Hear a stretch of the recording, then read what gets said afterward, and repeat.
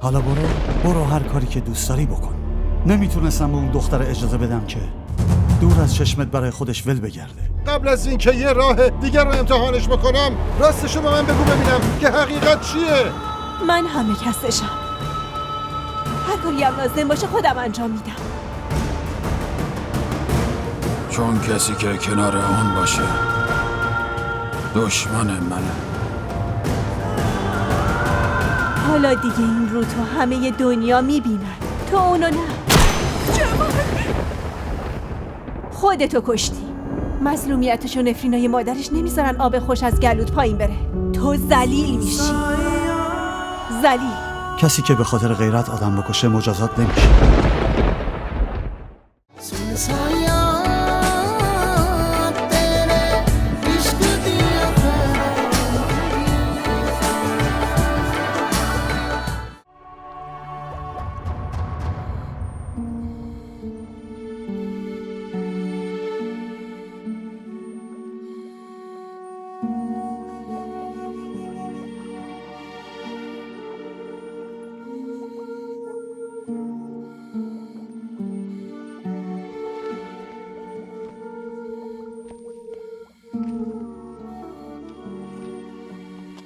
هوری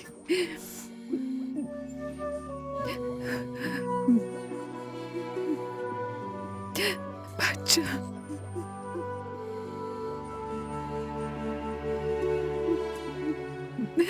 خدایا بهمون برش گردون.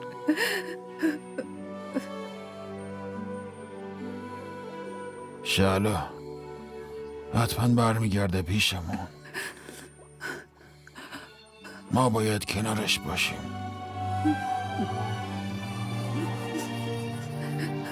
دخترم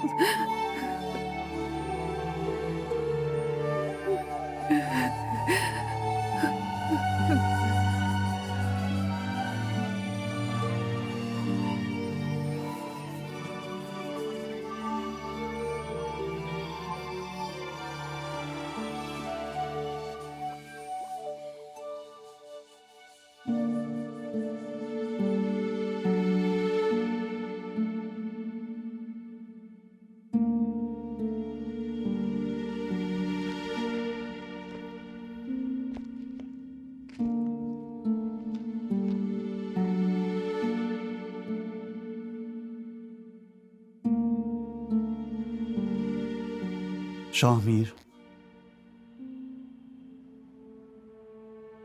یه چیزی رو بگو. اونجا چی کار داشتی؟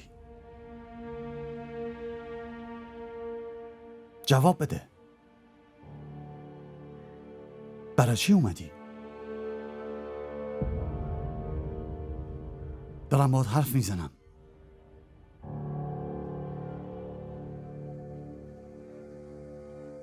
اومدی معامله کنی؟ ها؟ بده بستون داشتی؟ پس چرا اومدی؟ چطور فهمیدی؟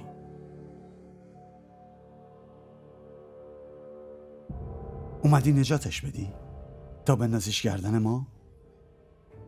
اون دنبال عشقش باشه، ما بهش خدمت کنیم.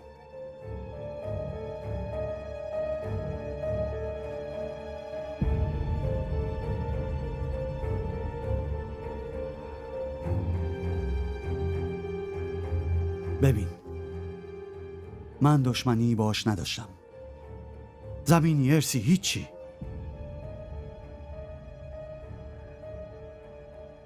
واسه تو این کارو کردم.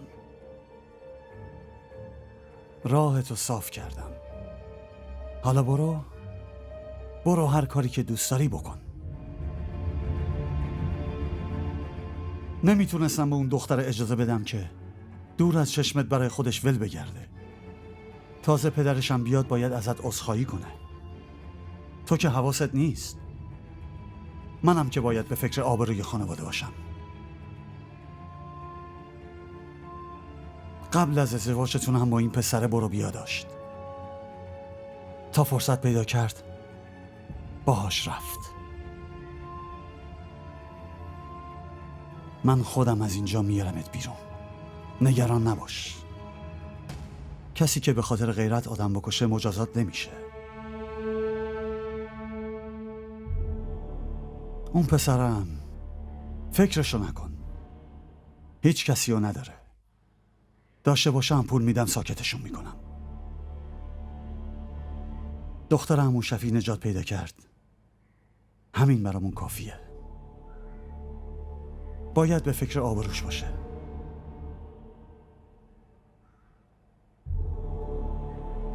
اگه تو هم مجبور شدی 3-4 تا سوال جواب بدی، حتما اسم منو بیار. خودم اول میخواستم این قتل رو گردن بگیرم، وگرنه تا اینجا نمی اومدم.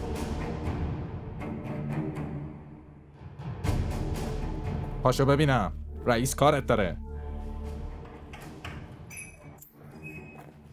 پاشو ببینم، پاشو. وایسا.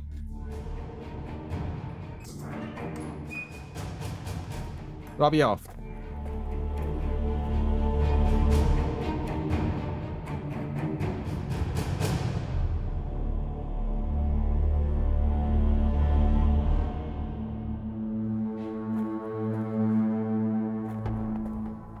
بگیر بشین.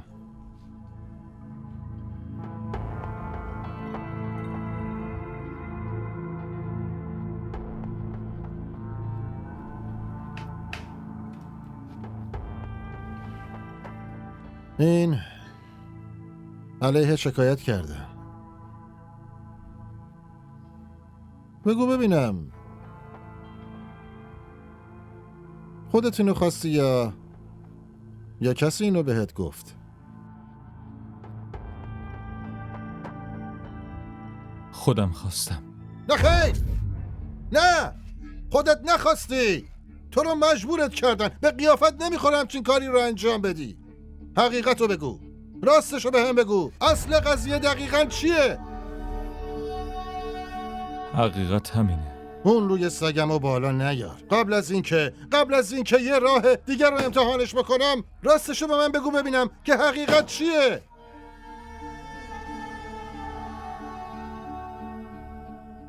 حقیقت همینه.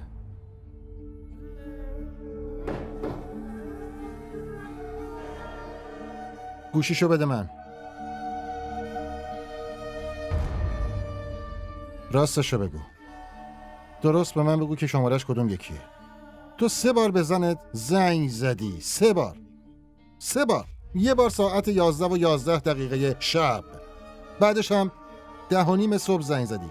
3مین تماسی هم که باهاش گرفتی فقط 10 دقیقه قبل از اون حادثه بوده. دارم ازت میپرسم اون شماره کجاست؟ شمارش چیه؟ خیلی خوب. هیچی نگو. من خیلی راههای قشنگ بلدم که به حرفت بیارم. زبونتو باز میکنم. یادت باشه. زبونتو باز میکنم.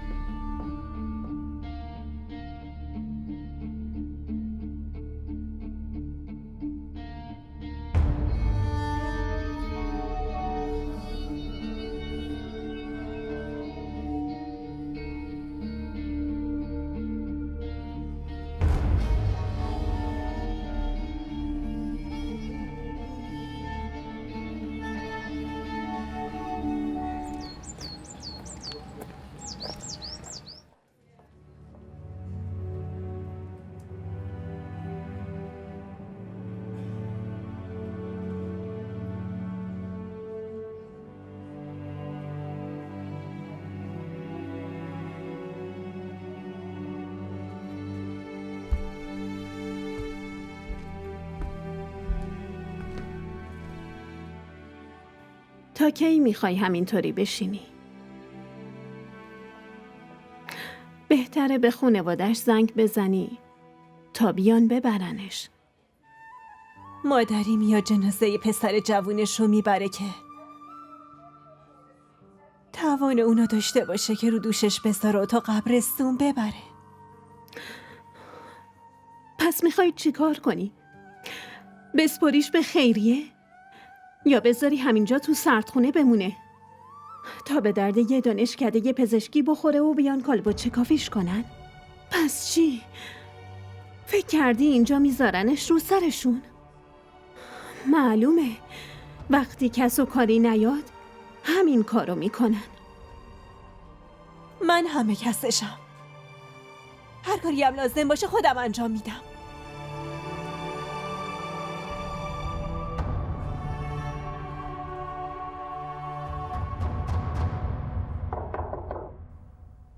بیا تو.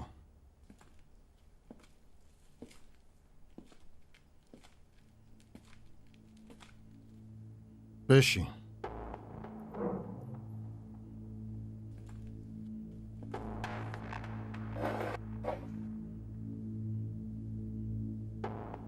اون برادرم نیست،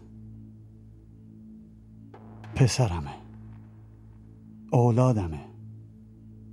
اگه من به عنوان یه پدر از پسرم شکایت کردم و اون خودشم داره اعتراف میکنه، دیگه چه نیازی به مدرک و شاهد هست؟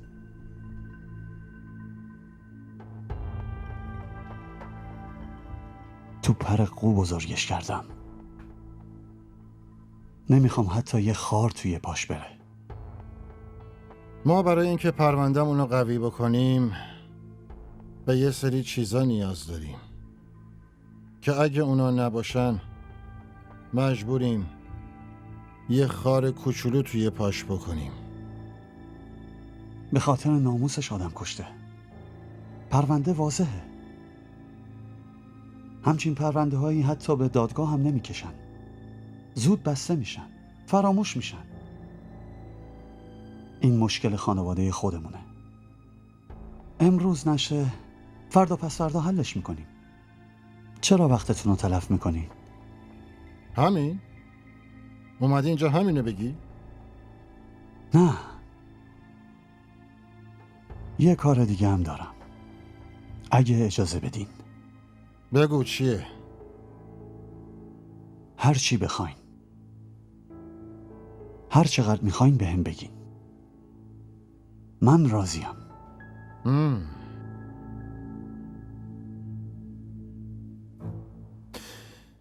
ببین، همه افسرای پلیس رشوه بگیر نیستن. بعدم این قضیه قتله. یه قتل به خاطر ناموس. همینو میخوام ببینم که این پرونده چقدرش از اون ناموس پرستیه و چقدرش از بی ناموسی. میخوام تحتوی همینو در بیارم. آبروی ما رفته. دختره هم از خونه ما رفته. چرا شما ناراحتی؟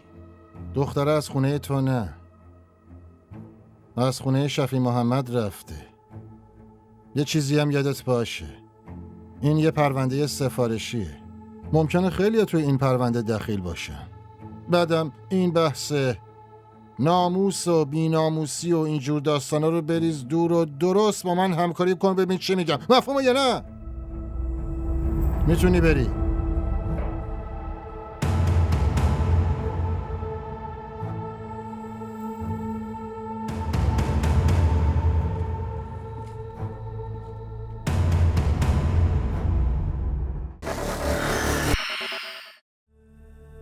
میخواستی فکر کنم تو یه فرشته ای نه؟ تا اینکه بیام دادگاه و این گندی که زدی رو پاک کنم، درسته؟ ولی حیف، سر موقع دستگیر شدی و همه ی نقشه هات نقشه براب شدن. حالا دیگه این رو تو همه ی دنیا میبینن. تو اونو نه، خودتو کشتی. مظلومیتش و نفرینای مادرش نمیذارن آب خوش از گلوت پایین بره. یه چیز دیگه هم حالیت کنم. اون آبرویی که به اسم غیرت دنبالشی هیچ وقت نصیبت نمیشه. تو ذلیل میشی، ذلیل.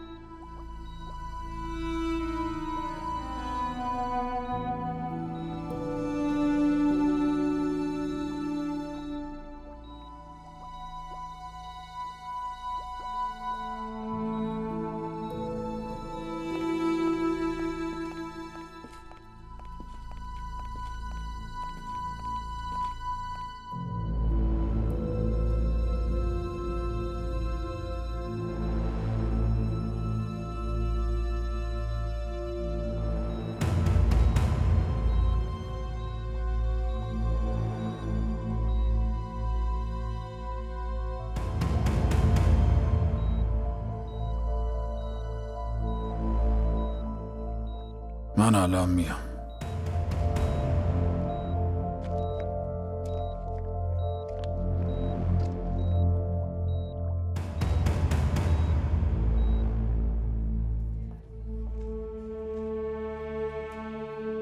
هوری حالش چطوره عمو جان؟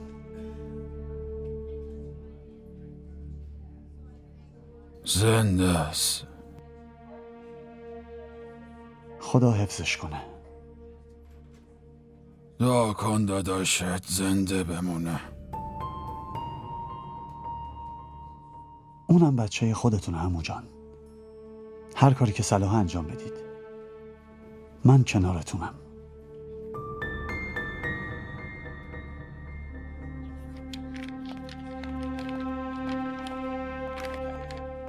خودم علیهش شکایت کردم.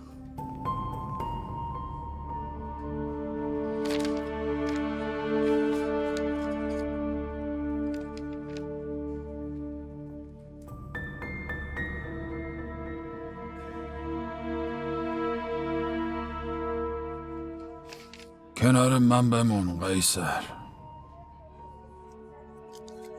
چون کسی که کنار اون باشه دشمن منه.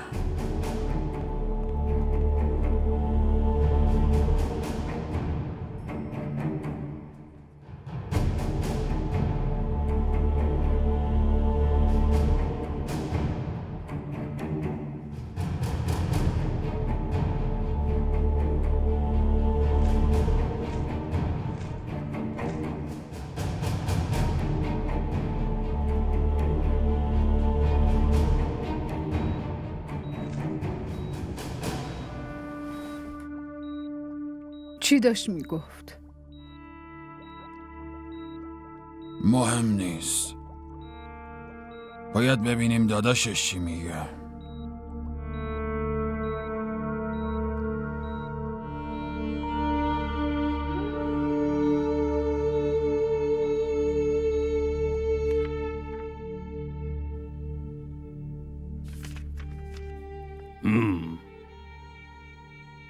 همه این کارا رو تو کردی؟ یا داری به نفعی که خودت گردن میگیری؟ ببین، نترس. راستشو بگو. اینا تو رو زدنت. پس نیاز به وقت بیشتر نیست. ولی شما زمان میخواید. قربان، برای تکمیل پرونده به تحقیق بیشتری نیاز داریم. الان نمیشه گفت این قطعاً مجرمه. هنوز خیلی از بخشای پرونده برامون مبهمه. نه، 14 روز خیلیه. قربان خواهشاً این لطفو کنین. محبت میکنید. باشه، 7 روز وقت میدم. تحقیقاتو کامل کن. ممنون. بگیرش. تشکر. اینو بیارش.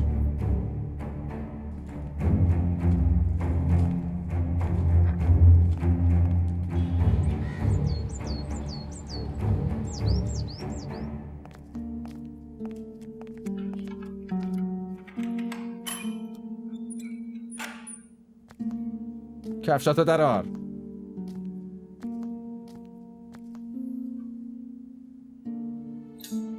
برو تو.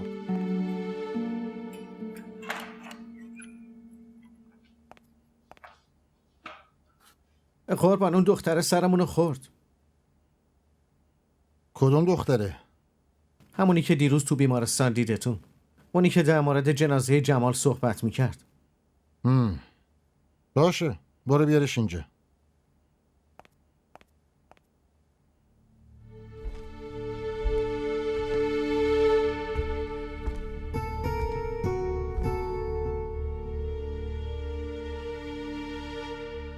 اگه میخواستی همچین کاری کنی،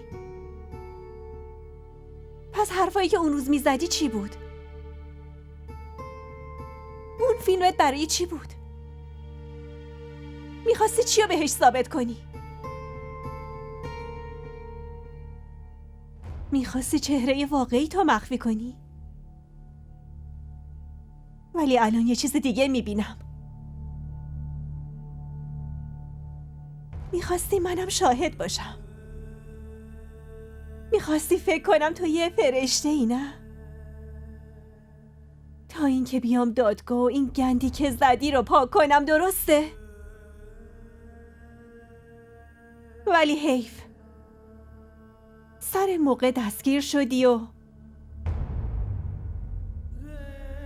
همه ی نقشه هات نقشه براب شدن.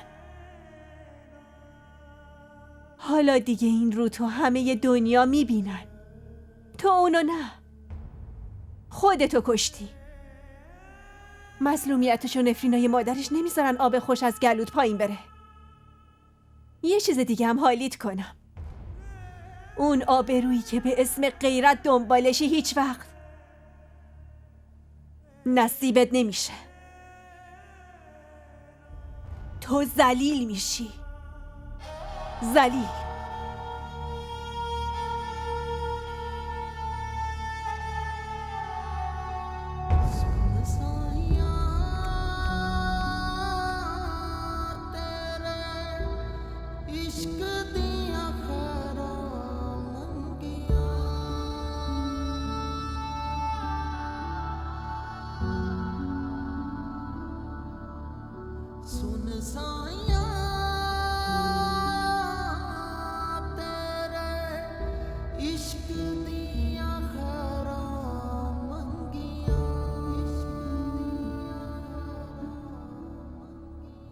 تو جمال میشناسی؟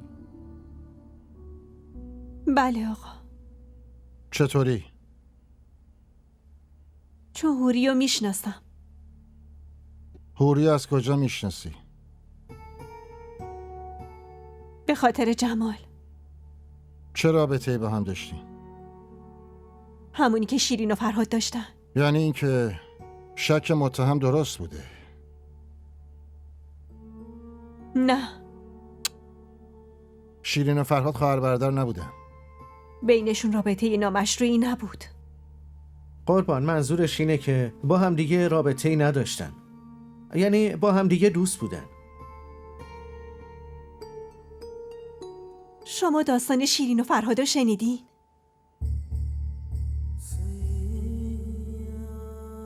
نه، فیلمشو دیدم. شیرین و فرهاد یه جایی خیلی نزدیک همیشن. این فیلم نیست. لیلی و مجنون هم همین بودن. پس این یعنی شک متهم درست بوده؟ نه، متهم مطمئن بود. اون میدونست این شیرین نمیتونه با خسرو بجنگه، ولی حتما برای آخرین بار میره فرهادش رو ببینه. بعد از اونم واسه همیشه برای شاه میر میشه.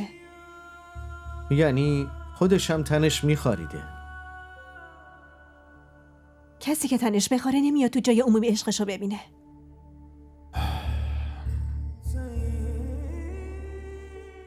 تو یکم از خودت بگو. خودت چی کاره بودی؟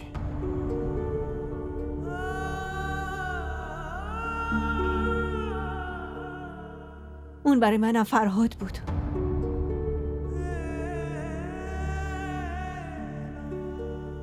ولی من شیرینش نبودم.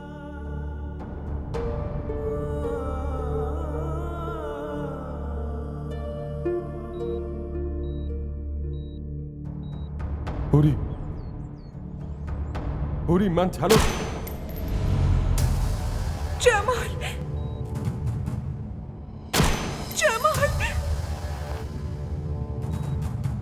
دکتر رو تو صدا هم کن. اینجا باش، من دکتر رو صدا کنم. زود باش. دخترم چی شده؟ دخترم چشماتو باز کن. هوری، دخترم چش شده. آقای دکتر چی شده؟ تا الان که خوب بود. این چه شده؟ یه چیزی یه بگی. لحظه ساکت باشین، دارم معاینش میکنم. سری آمپول رو تزریق کن. الان که خوب بود، حالش خوب بود. آروم باش، خوب میشه.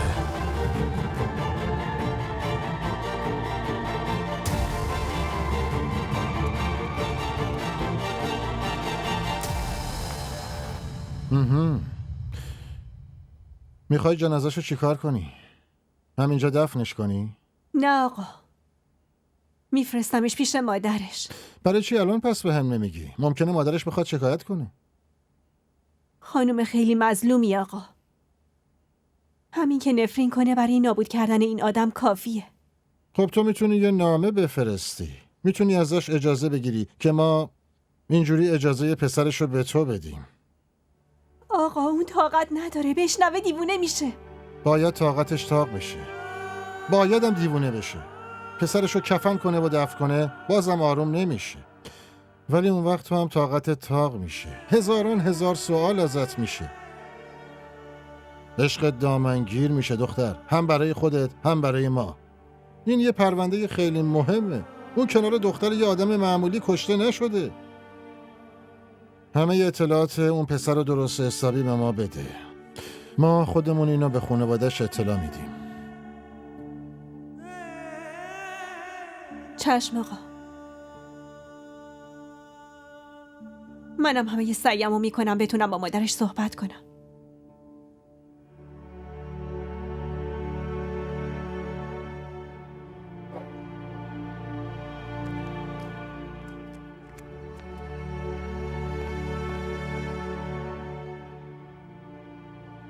حرف زدن با مامان چه فایده ای داره؟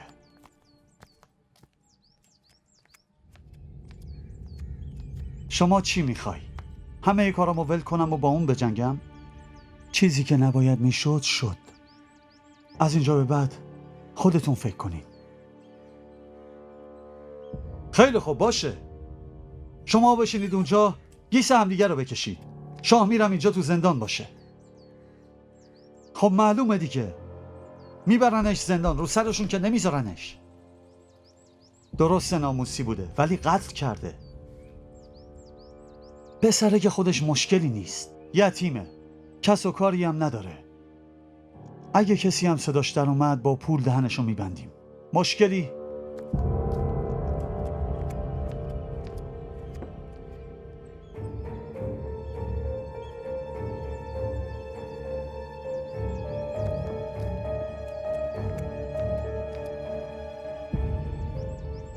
ببین مادر جان، الان همه چی فقط دست عمو شفیه. اون باید راضی بشه، وگرنه مشکل میشه. هر کی هم این وسط حرف زیادی بزنه هیچ اهمیتی نداره. آره دختر نجات پیدا کرد.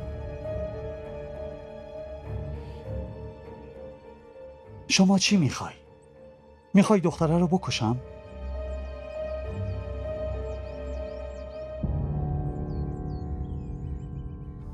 آقای دکتر، من میخوام ببرمش یه بیمارستان دیگه.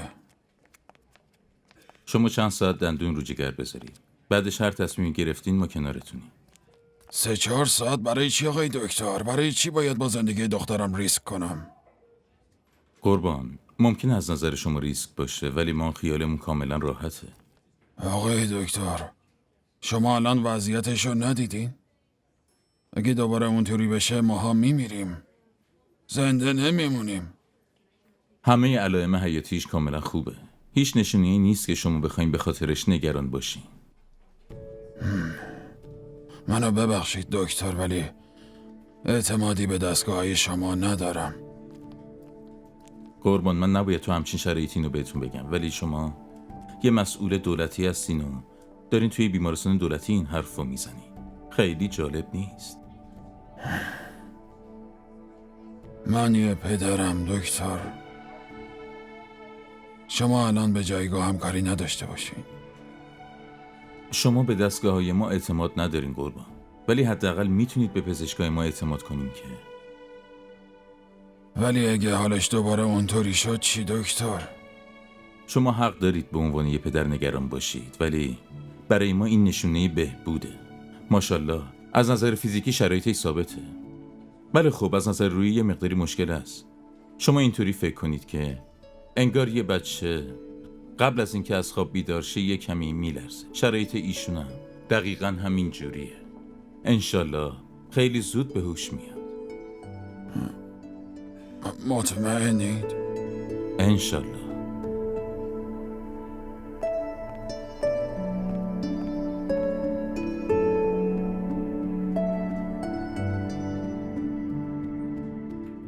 اون زندگیش فائزه.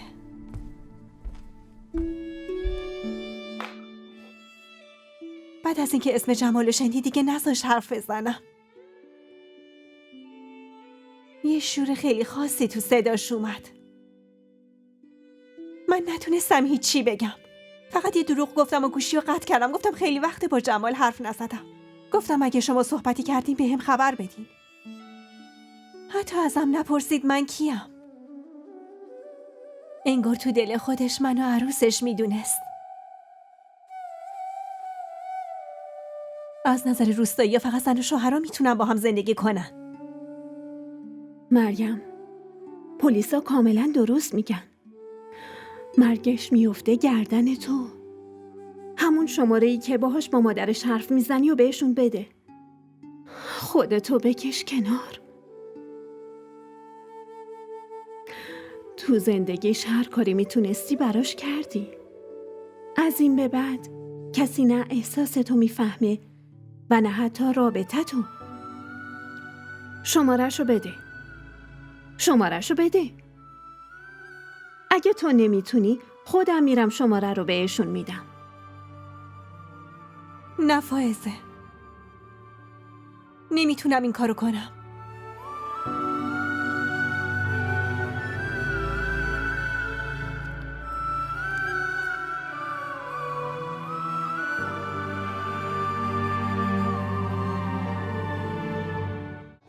این ویدیو رو لایک کنید، کانالمون رو سابسکرایب کنید تا از سریال های جدیدمون هم آگاه باشید.